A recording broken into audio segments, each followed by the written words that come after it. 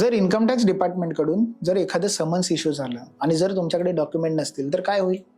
मित्रांनो, income tax department हे तुमच्या इन्कमच्या संदर्भात तुम्हाला कधीही समन्स पाठवू शकतात. त्या समन्समध्ये ते आपल्याकडून वेगवेगळ्या डॉक्युमेंटची मागणी करू शकतात. जसं बँक स्टेटमेंट असेल, इन्व्हेस्टमेंट्स असेल, तुमचे अजून इन्कमचे डिटेल्स असेल, प्रॉपर्टीचे रिलेटेड डिटेल्स असेल, हे सगळेचे सगळे डिटेल्स ते मागू शकतात.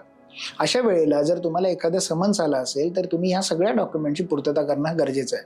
अन्यथा हे इन्कम टॅक्स डिपार्टमेंट जर तुम्ही समन्स अटेंड नाही केला किंवा त्याला व्यवस्थित पद्धतीने तुम्ही त्याचा रिप्लाय नाही दिला किंवा त्याला इग्नोर केला तर ह्याच्या समोर तुम्हाला तर ते पेनल्टी काढू शकतातच, पण त्याचबरोबर तुम्हाला इंटरेस्ट आणि पेनल्टी वेगळ्या पद्धतीची ते तुम्हाला इनिशिएट करू शकतात. बऱ्याच वेळेला अशा गोष्टींमध्ये ते प्रॉसिक्युशनही होऊ शकतं. त्यामुळे या सगळ्या गोष्टींमध्ये ज्यावेळी तुम्हाला एखादा समन्स येतो त्यावेळी तुमचे टॅक्स कन्सल्टंट, चार्टर्ड अकाउंटंट यांचा सल्ला घ्या आणि त्या पद्धतीने त्या समन्सला इग्नोर न करता त्याच्या संदर्भात जे जे डॉक्युमेंट्स मागवलेत त्याची प्रॉपर पद्धतीने कंप्लायन्सेस करून तुम्ही त्याची पूर्तता करा. अन्यथा भविष्यामध्ये तुम्हाला थोड्या मोठ्या प्रॉब्लेमला सामोरं जावं लागेल.